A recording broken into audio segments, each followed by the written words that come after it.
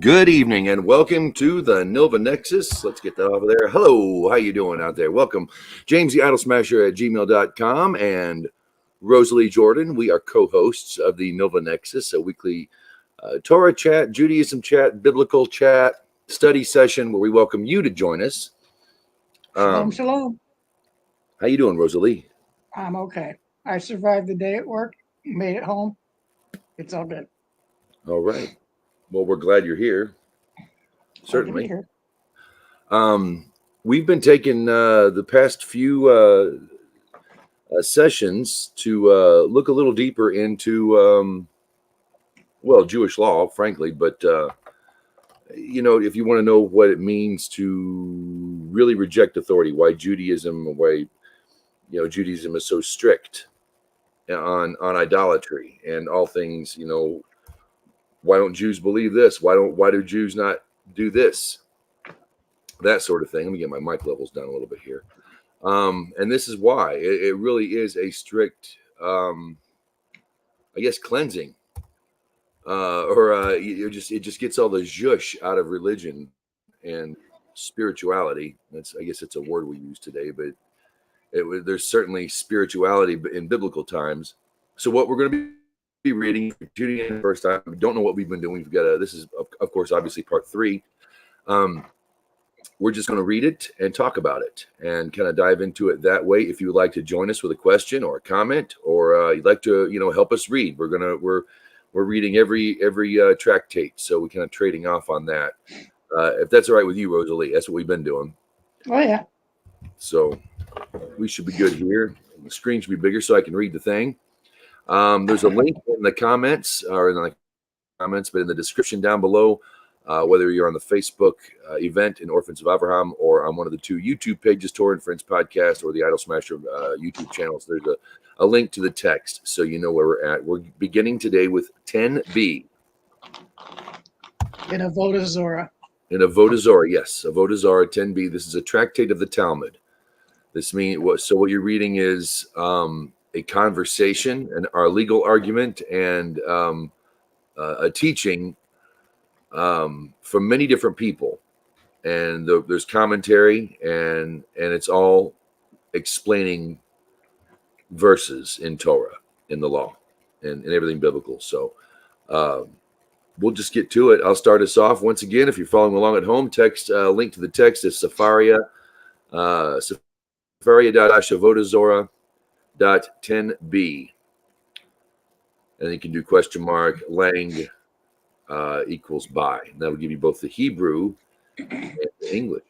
Okay, what you would do is you go to safaria.org, you scroll down until you see Talmud, and once you see Talmud, you go down a little ways until you see Avodah Zarah. And once you see that, you click on 10b.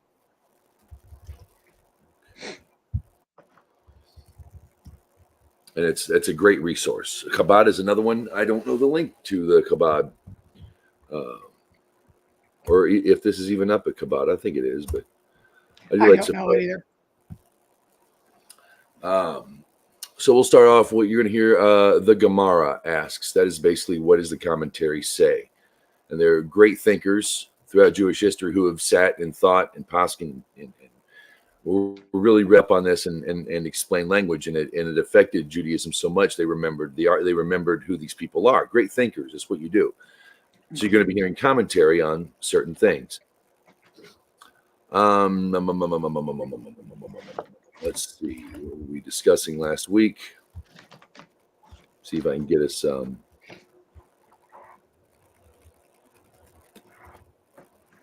A. Okay. All right, we've been hearing about an argument. Living with the Greek kings. Okay, let's just get to 10b with 16 verses. That we know, that much we do know. Well, yeah, that's why we didn't read it last week, because we had 16 verses and we said we'd come back to it. The Gemara asks, well, I touched the screen, I touched the text, and when you do that, it gives you a whole list. It will just, all you have to do is just have your mouse touch the text. The next thing you know, resources pop up from table of contents or search in the text and commentary on it from the Tanakh and references and all kinds of stuff. So the Gemara asks, but why not let him say his advice explicitly? Why did Rabbi Yehuda Hanasi answer in such a circumspect way, which could have been interpreted incorrectly? The Gemara answers, Rabbi Yehuda Hanasi said to himself, if I answer openly, the important Romans might hear me and will cause me anguish. The Gemara says, but why not let him say his advice quietly? The Gemara explains, Rabbi Yehuda Hanasi was still worried that they might hear what he said because it was written, curse not the king, no, not in your thought, and curse not the rich in your bedchamber. For a bird in the air shall carry the voice. That's Ecclesiastes 10:20. The Gemara relates, Antonius had a certain daughter whose name was Gira and performed a prohibited action, i.e., she engaged in promiscuous intercourse. Antonius sent a rocket plane, a Gargira, to Rabbi Yehuda Hanasi to allude to the fact that Gira had acted promiscuously. Rabbi Yehuda Hanasi sent him coriander, which Antonius understood as the message to kill his daughter, as she was liable to receive the death penalty for her actions. Antonius sent him leeks to say, I will be cut off if I do so. Rabbi Yehuda Hanasi then sent him lettuce, i.e., Antonius should have mercy on her. The Gemara relates, every day Antonius would send to Rabbi Hanasi, Yehuda Hanasi, crushed gold in large sacks with wheat in the openings of the sacks. He would say to his servants, bring this wheat to Rabbi Yehuda Hanasi. And they did not realize that the bags actually contained gold. Rabbi Yehuda Hanasi said to Antonius, I do not need gold, as I have plenty. Antonius said, the gold should be for those who will come after you, who will give it to the last ones who come after you. And those who descend from them will bring forth the gold that I now give you, and will be able to pay taxes to the Romans from this money. The Gemara relates another anecdote involving Antonius. Antonius had a certain underground cafe from which there was a tunnel that went from his house to the house of Rabbi Yehuda Hanasi. Every day he would bring two servants to him. He would kill one at the entrance of the rabbi. He would kill one at the entrance of the house of Rabbi Yehuda Hanasi, and would kill the other one at the entrance of his house, so that no living person would know that he had visited Rabbi Yehuda Hanasi. He said to the rabbi, when I come to visit, let no man be found before you. One day, Antonius found that Rabbi Hanina bar Hama was sitting there. He said, did I not tell you that when I come to visit, let no man be found before you? Rabbi Yehuda Hanasi said to him, this is not a human being. He is like an angel, and you have nothing to fear from him. Antonius said to Rabbi Hanina bar Hama, tell that servant who is sleeping at the entrance that he should rise and come. Rabbi Hanina bar Hama went and found that the servant Antonius referred to had been killed. He said to himself, how shall I act? If I go and tell Antonius that he was killed, this is problematic, as one should not report distressing news. If I leave him and go, then I would be threatening the king with disrespect. He prayed for God to have mercy and revived his servant, and he sent him to Antonius. Antonius said, I know that even the last among you can revive the dead, but when I come to visit, let no man be found before you, even one as great as Rabbi Hanina bar Hama. The Gemara relates, every day Antonius would minister to Rabbi Yehuda Hanasi. He would feed him and give him to drink. When Rabbi Yehuda Hanasi wanted to ascend to his bed, Antonius would bend down in front of the bed and say to him, "Ascend upon me to your bed." Rabbi Yehuda Hanasi said in response, "It is not proper conduct to treat the king with this much disrespect." Antonius said, "Oh, that I were set as a mattress under you, and oh, that I were set as a mattress under you in the world to come." On another occasion, Antonius said to Rabbi Yehuda Hanasi, "Will I enter the world to come?" Rabbi Yehuda Hanasi said to him, "Yes." Antonius said to him, "But it is written, and there shall not be any remaining of the house of Esau." That's Obadiah 1:18. Rabbi Yehuda Hanasi answered, "The verse is stated with regard to those who perform actions similar to those of the wicked Esau, not to people like you." Hang on a minute.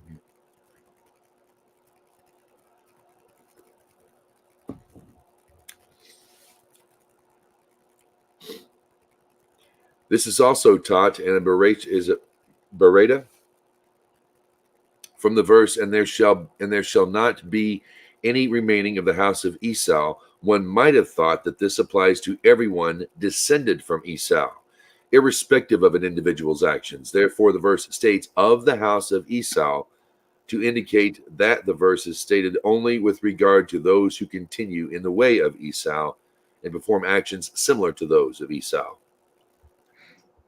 Antonius said to Rabbi Yehuda Hanasi, "But isn't it written in the description of the netherworld, there is Edom, her kings and all her leaders?" Ezekiel 32:29.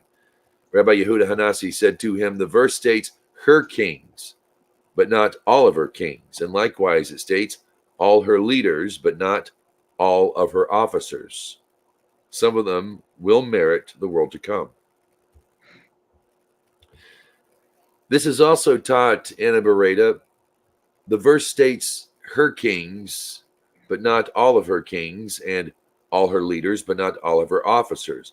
The inference learned from the wording of the verse, her kings, but not all of her kings, serves to exclude Antonius, the son of Asverus, and the inference from the wording, all her leaders, but not all her officers, serves to exclude the Roman officer Kitia, son of Shalom. The Gemara asks, "What is it that occurred involving Kitia, son of Shalom? As there was a certain Roman emperor who hated the Jews.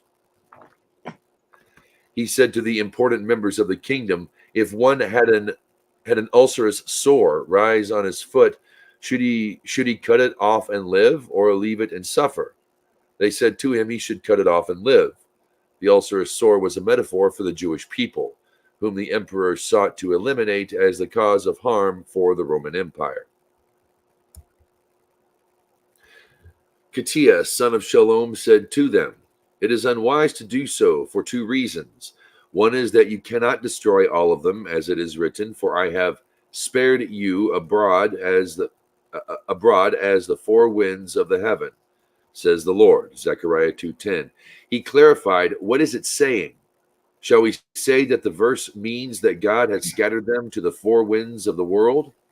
If so, this phrase, as the four winds, is inaccurate, since it should have said four winds. Rather, this is what the verse is saying. Just as the world cannot exist without winds, so too the world cannot exist without the Jewish people, and they will never be destroyed. And furthermore, if you attempt to carry out the destruction of the Jews, they will call you the severed kingdom, as the Roman Empire would be devoid of Jews, but Jews would exist in other locations.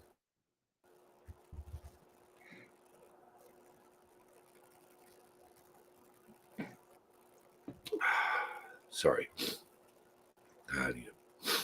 The emperor said to Kitia, you have spoken well and your statement is correct, but they throw anyone who defeats the king in an argument into a house full of ashes, where he would die. When they were seizing Kitia and going to take him to his death, a certain matron said to him, woe to the ship that goes without paying the tax. Katia bent down over his foreskin, severed it, and said, I gave my tax. I will pass and enter. When they threw him into the house of ashes, he said, all of my property is given to Rabbi Akiva and his colleagues. How is this inheritance to be divided? The Gemara relates, Rabbi Akiva went out and taught that the verse, and it shall be for Aaron and his sons, Exodus 29:28, means half to Aaron and half to his sons. Here too, as Rabbi Akiva is mentioned separately, he should receive half, while his colleagues receive the other half. The Gemara returns to the story of Katia. The divine voice emerged and said, Katia, son of Shalom, is destined for life in the world to come. When Rabbi Yehuda Hanasi heard this, he wept, saying, there is one who acquires his share in the world to come in one moment, and there is one who acquires his share in the world to come only after many years of toil. The Gemara relates Antonius would attend to Rabbi Yehuda Hanasi, and similarly the Persian king Adrakan, who would attend to the Rav. When Antonius died, Rabbi Yehuda Hanasi said, the bundle is separated. When Adrakan died, Rav likewise said, the bundle is separated. Rosalie? Okay, alrighty. Can you hear me okay? Yes, ma'am. Sounding fantastic. Okay, we are in 11a. The Gemara mentions other Romans who converted to Judaism. It relates Oinkelos bar Kelonimus converted to Judaism. The Roman emperor set a troop of Roman soldiers after him to seize Oinkelos and to bring him to the emperor. Oinkelos drew them toward him with the verses that he cited and learned with them, and they converted. The emperor then sent another troop of Roman soldiers after him and said to them, do not say anything to him so that he cannot convince you with his arguments. The troops followed instructions and took Oinkelos to them. When they were walking, Oinkelos said to the troops of the soldiers, I will say mere statement to you. A minor official holds a torch before a high official. The high official holds the torch for the duke, a duke for the governor, and the governor for the ruler. Does the ruler hold a torch before the common people? The soldiers said to Oinkelos, no. Oinkelos said to them, yet the Holy One, blessed be he, holds a torch before the Jewish people as it is written. And the Lord went before them by day in a pillar cloud to lead them the way, and by night in a pillar of fire to give them light. Exodus 13:21. They all converted. The emperor then set another troop of soldiers after him to bring Oinkelos and said to them, do not converse with him at all. The troops followed this instructions and took Oinkelos with them. While they grabbed him and they were walking, Oinkelos saw a mezuzah that was placed on a doorway. He placed his hand upon it and said to the soldiers, what is this? They said to him, you tell us. Oinkelos said to them, the standard practice throughout the world is that a king of flesh and blood sits inside his palace and his servants stand guard, protecting him outside. But with regard to the Holy One, blessed be he, his servants, the Jewish people, sit inside their homes, and he guards over them outside. As it is stated, the Lord shall guard your going out and your coming in from now and forever. Psalms 121:8. Upon hearing this, the soldiers also converted to Judaism. After that, the emperor sent no more soldiers after him. The Gemara returns its discussion with Antonius. When the matriarch Rebekah was pregnant with Jacob and Esau, the Lord said to her, 2 nations are in your womb. Genesis 25:23. Rav Yehuda says that the Rav says, do not read it as Goyim, meaning nations. Rather, read it as Gayim, meaning proud ones. This verse was fulfilled in 2 prominent individuals who descended from Rebekah, Antonius and Rabbi Yehuda Hanasi, whose tables, due to their wealth, never lacked for lettuce, nor cucumbers, nor radish, nor in the summer, nor in the rainy season, despite the fact that these foods do not grow year-round. The reason they ensured that these items were always present at their tables is that the master said, a radish breaks up food, lettuce stirs up food, and cucumbers expand the intestines. The Gemara asks, but isn't it taught in the school of Rabbi Ishmael? Why are they called cucumbers? It is because they are harmful to a person's body as swords. The Gemara answers, this is not difficult. This statement that they are harmful to the body is referring to large cucumbers, whereas the statement explaining why they were always present on the table of Rabbi Yehuda Hanasi and Antonius is referring to small ones. The Mishnah teaches that according to Rabbi Meir, the birthday of the king and the day of the death of the king are considered Gentile festivals, whereas rabbis hold that only the death that includes public burning is considered a festival that includes idol worship. The Gemara comments, by inference, this means that Rabbi Meir holds that there is no difference whether it is a death that includes public burning, and there is no difference whether it is a death that does not include public burning. In either case, they engage in idol worship on the occasion. Evidently, Rabbi Meir holds that the burning performed at the death of a king is not an idolatrous custom, as it is not the cause of the prohibition. The Gemara continues, from here, one can conclude by inference that the rabbis hold that the burning upon the death of the king is an idolatrous custom. This is what they're calling cremation. That's what they're calling, is the burning. The Gemara raises a difficulty, but isn't it taught in Barisha, we burn items upon the death of kings as an expression of grief? And is this not the way of the Amorites, but rather the Jewish custom? And if this is an idolatrous custom, how could we perform this public burning? But isn't it written, and you shall not walk in their statutes? Leviticus 18:3. Rather, everyone agrees that the public burning itself is not an idolatrous custom. Rather, it is performed due to the great importance of the king who passed away. And here in the Mishnah, they disagree about this. Rabbi Meir holds that there is no difference whether it is the death that includes public burning, and there is no difference whether it is a death that does not include public burning. In either case, in practice, they engage in idol worship on that occasion. And the rabbis hold that a death that includes public burning is important to Gentiles, and therefore they engage in idol worship on that occasion. But a death that does not include public burning is not important to them, and they do not engage in idol worship on that occasion. Having mentioned this Barisha, the Gemara returns to discuss the matter itself. The Barisha teaches, one burns items due to the death of the king as an expression of grief, and this is not subject to the prohibition of imitating the ways of the Amorites, since it is a Jewish custom. As it is stated that Jeremiah prophesied to Zedekiah, the king of Judah, you shall die in peace, and with burnings of your fathers, the former kings that were before you, so shall they make burning for you. Jeremiah 34:5. Just as one burns item upon the death of the kings, so too one burns item upon the death of the heads of the Sanhedrin. Excuse me. And what items do they burn upon the death of the kings? They burn the king's beds and their utensils so that no one else can make use of them. And there is an incident in which Rabban Gamaliel the elder died. And upon his death, Onkelos the convert burned 7,000 dinars in valuable Tyrian coinage. The Gemara asks, but didn't you state in response to the question, what did they burn upon the death of kings? That they burned their beds and their utensils?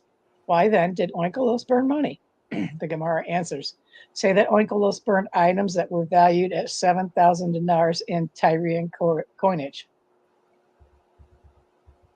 The Gemara asks, and are there other items not destroyed in order to accord honor to the deceased king apart from his utensils? But isn't it taught in Barisha that we detach the hooves of livestock upon the death of the kings? And is this not subject to the prohibition of the ways of the Amorites? Rav Papa says the Barisha is referring to the horse upon which the king rode. Since that animal was designated as the king's personal item, it is therefore rendered unusable for anyone else like his personal utensils. And the Gemara asks, and did they not detach the hooves of the king's kosher animals, which are not used by the king for riding? But isn't it taught in the Barisha, if removing the hooves of an animal would entail that it becomes an animal with a wound that it will cause it to die within 12 months, is it prohibited to do so? And when doing so would not entail rendering it a terefa, it is permitted. Okay. And what is the way of removing hooves that does not entail rendering an animal terefa? 11b. One who cuts the hooves of an animal, severing the legs from the knee and below, doesn't render the animal a terefa. It is evident from the Bereisha that which discusses that I'm saying it right now, which discusses the cases in which an animal is rendered a terefa, and it is therefore unfit to eat. That it is discussing kosher animals. The Gemara answers, Rav Papa interpreted the Bereisha as referring to the calf that pulls the king's coach, a kosher animal of which the king made use. The Mishnah teaches the day of shaving the Gentile's beard and his locks. A dilemma was raised before the sages. What is the Mishnah teaching here? It is referring to the day of shaving his beard and head when he cuts the hair of his head, and is a result his long locks at the back of his head are left in a form of I'm going to start this over. Okay. Is it referring to the day of shaving his beard and head when he cuts the hair of his head, and as a result his long locks at the back of his head are left as a form of idol worship? Or perhaps the Mishnah is speaking of the day of shaving his beard and removing his locks, which are removed sometime after they were left on the head. The Gemara responds, come in here and answer, as both options are taught in Bereisha. One Bereisha mentions the day of shaving his beard and head when his long locks at the back of his head are left, whereas a different Bereisha specifies the day of shaving his beard and removing his locks. The Gemara continues to discuss Roman festivals. Rav Yehuda says that Shemuel says they have another festival in Rome. Once every 70 years, they bring a man who is whole and free from any defect and have him ride on a lame man to symbolize the healthy Esau ruling over Jacob, who walked with a limp after his fight with an angel. And they dress him in the garments of Adam, the first man, and place on his head the scalp of Rabbi Ishmael, which the Romans flayed when they executed him. And they hang gold on his neck, weighing 200 dinars, and cover the markets with onyx, and reference before him the calculation of the master Jacob with regard to the time of the redemption is fraudulent. The brother of our master, i.e. Esau, a forger. They further announce, one who witnesses this festival witnesses it, and whoever does not witness it will not witness it ever, as it was celebrated only once every 70 years. What purpose does deceit serve for the deceiver, and forgery for the forger? And they conclude in this fashion, woe unto this one, Esau, when that one Jacob will arise, as this will cause Esau's downfall. Rav Ashi says, the mouths of these wicked people have caused their downfall. They had said, a foreigner is the brother of our master. Their claim would be interpreted as they say and wish to be understood. Now that they say, the brother of our master, a forger, they can be understood as saying it is our master himself who is the forger. The Gemara asks, and what is the reason that the Tanna of our Mishnah does not count this festival in his list of Gentile festivals? The Gemara answers, the Tanna of the Mishnah counts those festivals that occur each and every year, and he does not count those festivals that do not occur each and every year. The Gemara comments, those festivals enumerated in the Mishnah are the festivals of the Romans. Gemara asks, and what are the idolatrous festivals of the Persians?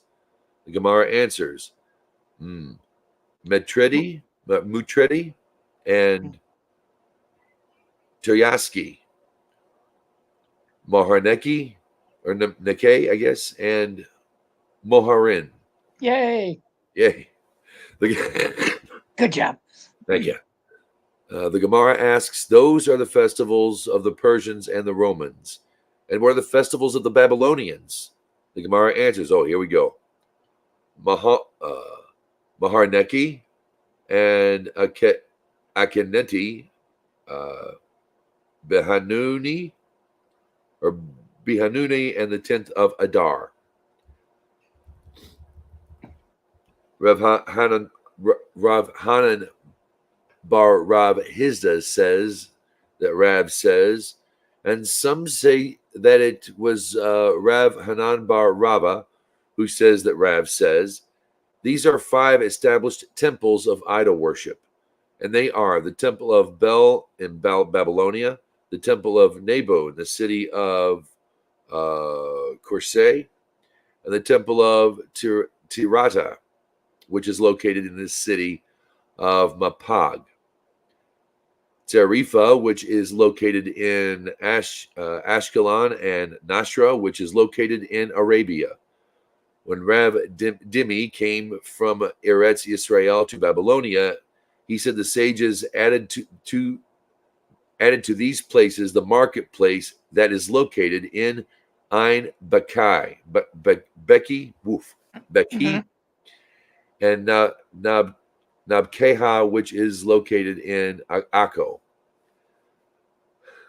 There are those who say that Rav Dimi was referring to Natbira, that is located in Akko. Rav Dimi from Neharde's teachings teaches the opposite, that is the marketplace that is located in Akko, and Nadbekha was located in Ein Beki. Or Bekai, maybe. Rav Hanan Bar Rav Hizda said to Rav Hizda, what does it mean that these temples of idol worship are established?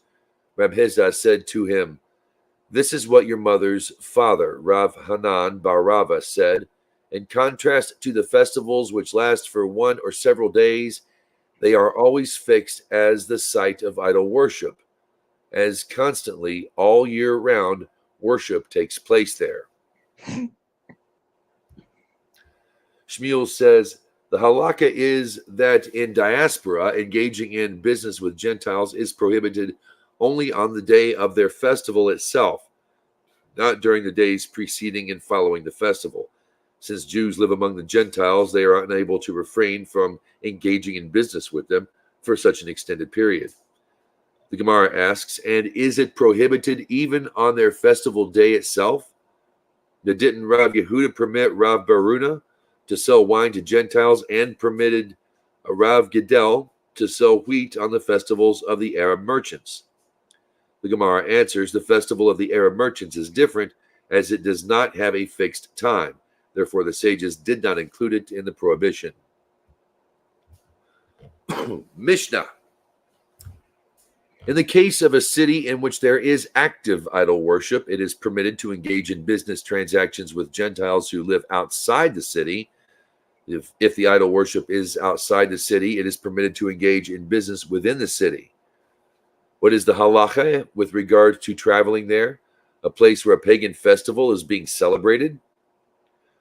When the road is designated only for that place, it is prohibited to use that road, as onlookers will assume that the traveler intends to join the festival. But if one were able to travel on it to arrive at another place, it is permitted to use the road to reach the place that is observing the festival. I hope you're seeing kind of how the Jewish mind works, how they kind of, it's all about holy and mundane. Holy and Judaism is separated. There are certain things that, Don't place a stumbling block in front of a blind man. There you go. Gemara asks, what are the circumstances that determine whether a place is sufficiently far from a city to be considered outside of it?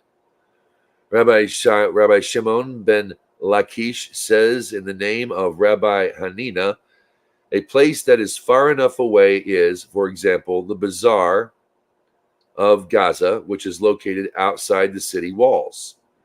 And some say that Rabbi Simon ben Lachish asked Rabbi Hanina about this issue. What is the halakha with regard to the bazaar of Gaza? May one conduct business there on the day of the festival celebrated in Gaza? Rabbi Hanina said to him, did you never in your lifetime travel to Tyre and see a Jew and a Gentile place two pots on one stove? And yet the sages were not concerned and did not issue a prohibition with regard to the meat that was in the pot belonging to the Jew, despite the fact that forbidden food was in close proximity to the permitted food. Rosalie, I'll let you keep on with that. Okay. Very good, by the way.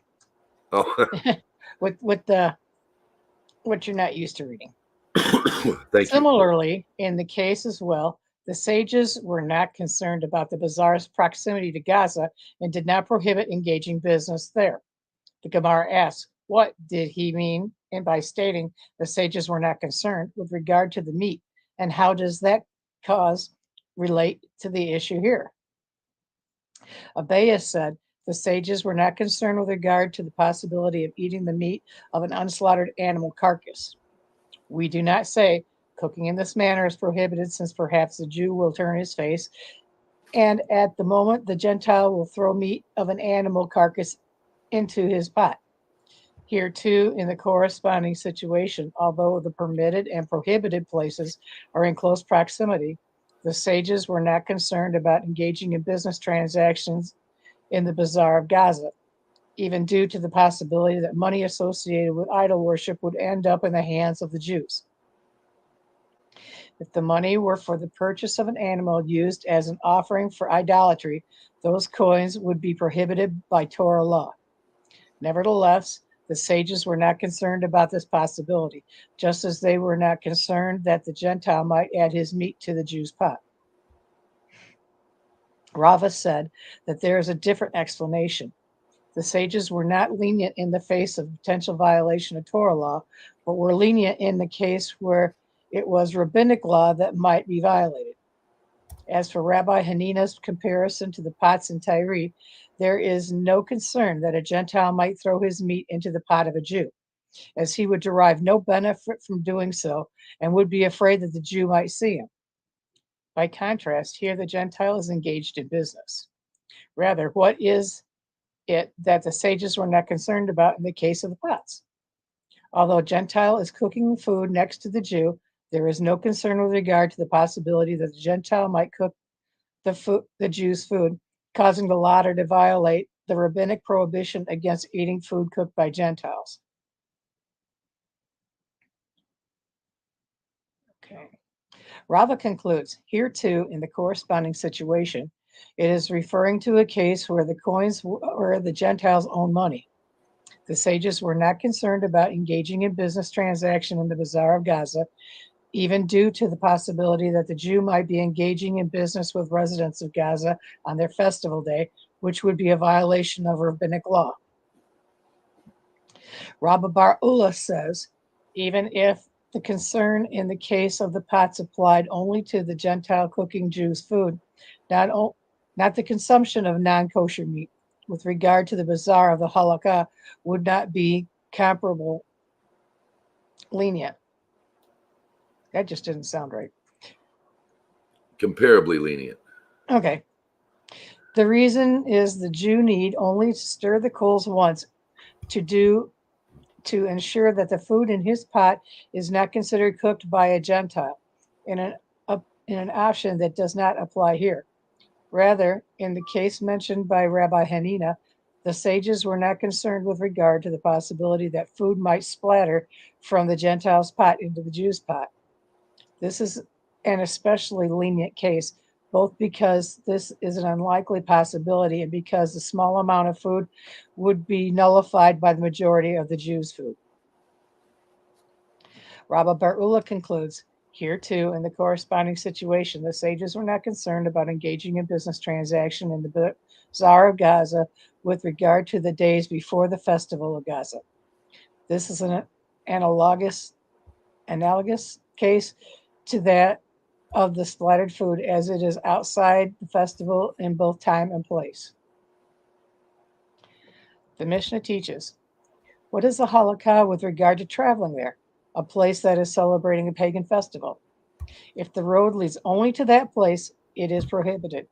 But if the road leads to another place as well, it is permitted. In this connection, the Gemara cites a related Bereisha. The sages taught, in the case of a city in which there is active idol worship, i.e., its residents are worshiping their idol on that day, it is prohibited to enter the city, and one may not leave it for another city. This is the statement of Rabbi Meir. And as the rabbis say, as long as the road is designated only for that place, it is prohibited to enter the city. But if the road is not designated for only that place, it is permitted. The Bereisha continues, if a thorn became embedded in one's foot while he was standing before an object of idol worship, he may not bend down and remove the thorn because he appears to be bowing down to the object of idol worship. But if he is not seen, it is permitted. If one's coins were scattered while he is before an object of idol worship, he may not bend down to pick them up because it appears he is bowing down to the object of the idol worship. But if he is not seen, it is permitted. Excuse me. Likewise, if there is a spring that runs before an object of idol worship, one may not bend down and drink from it because he appears to be bowing down to the object of idol worship. But if he is not seen, it is permitted. With regard to figures of human faces that spray water into the cities, i.e., fountains, one may not place his mouth on the mouths of the figures and drink because he appears to be kissing the object of idol worship. Similarly, one may not place his mouth on a pipe and drink here due to the danger that this practice poses. Yeah, I have to take a drink here for a second. Hold on. I'm getting a little scratchy. The Gemara asks, what does the Bereisha mean when it states, if he is not seen? If we say it means that he is not seen by others, doesn't Rabbi Yehuda say that Rav says, wherever the sages prohibit an action due to the appearance of a prohibition, it is prohibited even in the innermost chambers where no one will see it, as the sages did not distinguish between different circumstances in such cases. Accordingly, the fact that he is not seen by anyone should make no difference with regard to whether or not the action is prohibited. Rather say, if he is not seen as one who bows down to an object of idol worship, i.e., he turns his side or the back to the idol, then it is permitted. The Gemara comments, and it is necessary for the Bereisha to list all these cases, notwithstanding their similarity, as, if it had been taught only in the cases of the thorn, one might have thought that bending down to remove a thorn is prohibited because it is possible to walk past the figure, and only then take out the thorn. But in the case of the coins, where it is not possible to collect them elsewhere, you might say that it is not prohibited to pick them up. And furthermore, if the Bereisha had taught only the cases of the coins, one might have thought that the reason for the stringent ruling is that the loss is purely financial. But in the case of the thorn, which causes him pain, you might say that it is not prohibited to move it. And finally, if the Bereisha had taught only these two cases, one might have thought that they are prohibited because there is no danger if the action was not performed on the spot. But in the case of the spring, where there is an element of danger, if that he does not drink, he might die. One could say that he is not prohibited. Therefore, this is necessary to state each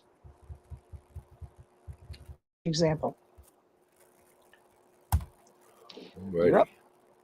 I visited Manitou Springs. It's outside of Boulder, and a beautiful little town. But they have water fountains. It's like it looks like a four-sided stone, cobbled together, cobbled stone, just kind of it looks like a kiosk, but it's a water fountain. There's water from the springs, from the Manitou Springs, obviously, that you go up and sink up under there and drink it. But you might not notice it, but right above it, on all four sides, because it's open on all four sides, is a upside down pentagram and a goat. Oh wow! Head on there, yeah. So yeah, you go to Manitou Springs. It's good water. Just make sure you handle yourself. Don't drink from those two symbols. Yeah, that was something else. All right, 12b. The Gemara asks, why do I need the Bereisha to teach that it is prohibited to drink from fountains formed in the figure of human faces? If the reason is not to teach the halakha in a life-threatening situation, the Bereisha already addressed this issue in the case of the spring. The Gemara answers, it was included because the Bereisha wanted to teach the continuation of that halakha. Similarly, one may not place his mouth on a pipe and drink due to the danger that this possesses. Poses.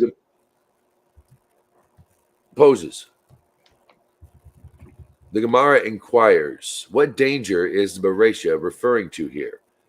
Is it referring to the danger of swallowing a leech in the water? Ew.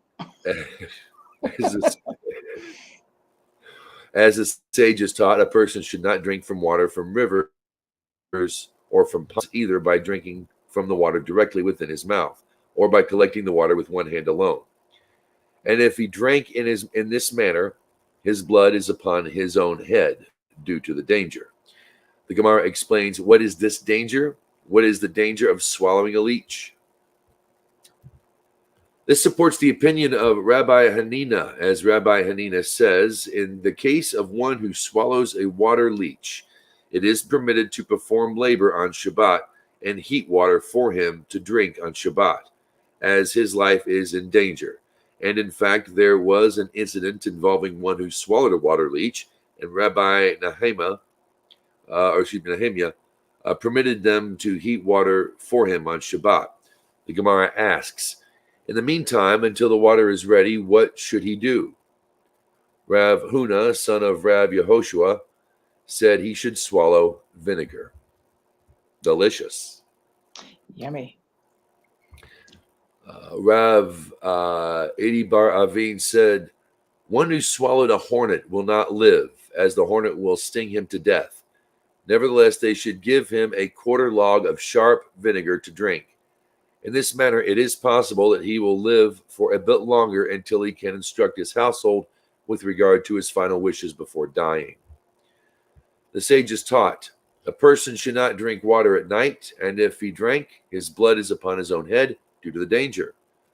The Gemara asks, what is the danger? What is this danger? The Gemara answers, the danger of the Shavarire, Close enough. the evil spirit that rules over water.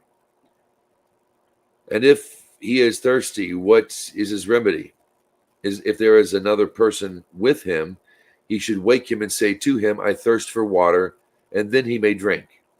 And if there is no other person with him, he should knock on the lid on the jug and say to himself, so and so, son of so, your mother said to you, beware of the Shavire, Virire, Yire, found in white cups. This is an incantation against the evil spirit.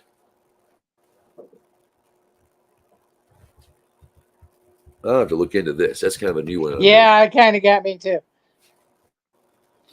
With regard to a city in which idol worship is practiced and in which there are stones that are adorned for the sake of idol worship, and there are others that are not adorned, this was in fact an incident that occurred in Beit Shean, and the sages said, with regard to the adorned shops, it is prohibited to buy from them, but in the case of those that are not adorned, it is permitted. Gemara. Rabbi Shimon ben Lakish says, They taught that buying is prohibited only in the case of stores that are adorned with roses and myrtle, as one derives benefit from their smell and they serve as offerings to objects of idol worship. But with regard to stores that are adorned with fruit, it is permitted to buy from them.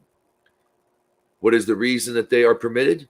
As the verse states, and there shall cleave nothing dedicated to your hand. Deuteronomy 13:18.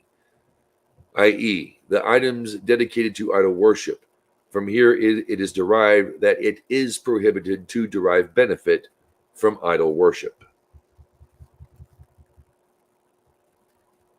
13a. Oh, I'll finish the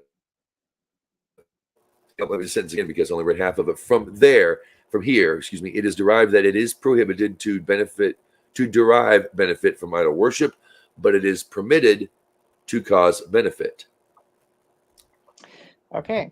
Although by buying from the store, one indirectly supports idol worship, as a portion of the sales are given to support idol worship, and this is not prohibited by Torah law. And Rabbi Yohanan says, even if the stores are adorned with only fruit, one is also prohibited from buying from them. This is derived by an Fatori inference. If it is prohibited to derive benefit from idol worship, is it not all the more so prohibited to cause benefit to the idol worship? The Gemara raises an objection to Reish Lakish's opinion from the Barisha. Rabbi Natan says, on the day in which a reduction is made from the tax in honor of idol worship, they announce and say, anyone who takes a wreath of roses and places it on his head and on the head of his donkey in honor of the idol of the object of idol worship, his tax will be reduced. And if one does not place a wreath on one's head, his tax will not be reduced. What should a Jew who is present there do? If he places the wreath on his head and the head of his donkey, he will be found to derive benefit from idol worship. And if he does not place the wreath on his head, he will be found to cause benefit to idol worship through the taxes that he pays. From here, the sages stated, one who conducts business in a market of idol worship will be forced either to benefit from or cause benefit to idol worship. Therefore, any animal he bought there should be destroyed. Any produce, clothing, or vessels should be left to decompose. And with regard to any money or metal vessels, which would not decompose on their own, one should take them and cast them into the Dead Sea. And what constitutes destroying the animal? One cuts off the hooves of the animal from the knee and below. The Gemara explains the objection to Reish Lakish's statement. In any event, the Barisha teaches that it is prohibited to cause benefit to idol worship, as it states. If he places the wreath upon his head, he will be found to derive benefit from idol worship. And if he does not place the wreath on his head, he will be found to cause benefit to the idol worship. How then can Reish Lakish claim that it is permitted to cause benefit to idol worship? Oh boy. Rav Mesha Harisheya, son of Rav Edi, says Rabbi Shimon ben Lakish holds as follows. The rabbis disagree with Rabbi Natan, whose opinion is cited in Bereisha, and I spoke in accordance with the opinion of the rabbis who disagree with Rabbi Natan. The Gemara notes, and Rabbi Yohanan, who rules in accordance with the statement of Rabbi Natan, holds that the rabbis do not disagree with Rabbi Natan. Rather, everyone agrees that it is prohibited to cause benefit to idol worship. It all depends on which way you're looking at it. All right. Darn it. Uh-oh, something happened here. Doggone it. Where was I? 7. I know. Hold on. I got to find it. There it is. Oh yeah, Okay. the tightest little swipe of your finger or movement you'll send Am I in 12A or 12B? 13a verse 7. 13A verse 7. Okay. Because I clicked something and I lost it. Yep. Okay. This also goes to say those who follow Halloween or anything else with masks and everything else. So just take that in consideration. The Gemara asks, Uh, and is it they, so that they do not disagree? But isn't it taught in Barisha one may go to a fair of Gentiles whose purpose is to honor idol worship and buy from the Gentiles animals and slaves and maidservants as the purchase raises the item to a more sanctified state, and he may buy houses, fields, and vineyards from them due to the mitzvah to settle Israel, and one may write the necessary deeds and confirm them in their Gentile courts, although this involves an acknowledgement of their authority because it is though he is rescuing his property from their hands. As the courts confirm, and stamp approval prevents the seller from denying the sale and claiming that the property still belongs to him. And if he is a priest, he may become ritually impure by going outside of Eretz Israel, even though a priest is usually prohibited from leaving Eretz Israel to the impure land outside in order to litigate with them and to contest their claims. And just as a priest may become ritually impure by going outside of Eretz Israel, so may he become ritually impure for this purpose by entering a cemetery. The Gemara interrupts its citation of the Barisha to express surprise at this last ruling. Can it enter your mind to say that a priest may become impure by entering a cemetery?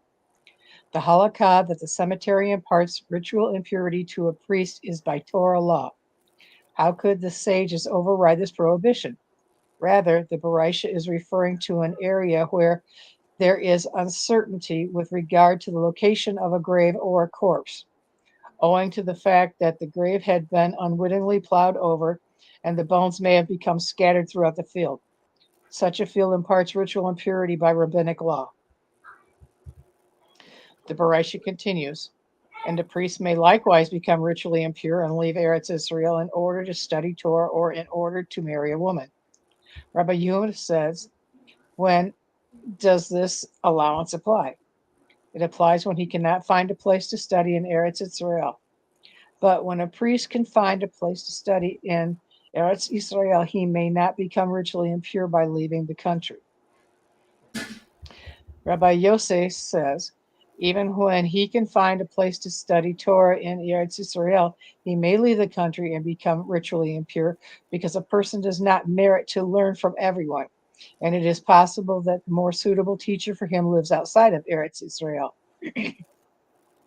Rabbi Yossi says, in support of his opinion, there is an incident involving Yosef the priest who followed his teacher to the city of Sidon outside of Eretz Israel to learn Torah, even though the preeminent sage of his generation, Rabbi Yohanan ben Zakkai, lived in Eretz Israel. And Rabbi Yohanan says about this, the halakha is in accordance with the opinion of Rabbi Yossi. The Gemara returns to the issue at hand. This Barisha apparently indicates that rabbis do disagree with Rabbi Natan, as they hold that it is permitted to buy items from a Gentile fair and cause benefit to idol worship, whereas the ruling of Rabbi Natan is a minority opinion. The Gemara responds, Rabbi Yohanan could have said to you, actually, the rabbis do not disagree with Rabbi Natan, and even according to this Barisha, one is prohibited from causing benefit for idol worship. The Gemara elaborates, and the fact that the Barisha permits buying at a Gentile fair is not difficult, as here, where Rabbi Natan prohibits buying items from a Gentile fair. He states his ruling with regard to one who buys from a merchant as a tax is taken from him for the benefit of the idol worship. Whereas there in the Barisha that permits buying items at the fair, it states its ruling with regard to one who buys from a homeowner, a private individual, where tax is not taken from him. The Gemara returns to discuss the Barisha that cited the opinion of Rabbi Natan. The master said above, any animal that one bought there should be destroyed. The Gemara asks, but isn't there a requirement to prevent suffering to animals? Abaye said, although there is an enjoiner against causing suffering to a living creature, it is permitted when necessary, as the merciful one states to Joshua, you shall destroy their horses, Joshua 11:16. 11:6, excuse me. The master said above, and what constitutes destroying the animal? One cuts the hooves from an animal from the knee or below. The Gemara raises a contradiction from a Barisha. One may neither consecrate objects nor dedicate items for sacred use, nor evaluate an item's worth based on its appraisal. See Leviticus chapter 27. And dedicate its monetary worth to the temple treasury in the past time when the temple no longer exists. And if one did consecrate or dedicate or evaluate items for sacred use, the presence of these items might lead to the violation of the prohibition against using consecrated property. Therefore, if one dedicated an animal, it should be destroyed. If he dedicated produce, garments, or vessels made from materials that decompose, he should store them until they decompose. And we'll stop it there. Pick up next week at 13b. Avodah Zarah. We appreciate you tuning in. I thank you very much. We got there's a lot in there. I really like about I always found that interesting when I was studying the divine code. It would, the way they would word it was similar to that. It's like if you have to bend down to pick up your shoe and there's an idol, turn your back or turn your back on it. Yep. Yeah, or turn away from it as best you can. Right. If you're giving a blessing, but there's something like a compost heap or a junk pile or a manure pile or you turn away from it. Little things like that you would and you would think that there's a statue, I'm being done to tie my shoe, and you wouldn't think, but when you begin to think like that about all things, you become very aware of your surroundings and what you're doing with regard to proper treatment. But, okay, well, we'll cut it out. We'll stop it here, and we'll be back next week. Write that down. Right? So write it down. Yeah, right here. Is a 13b. All right.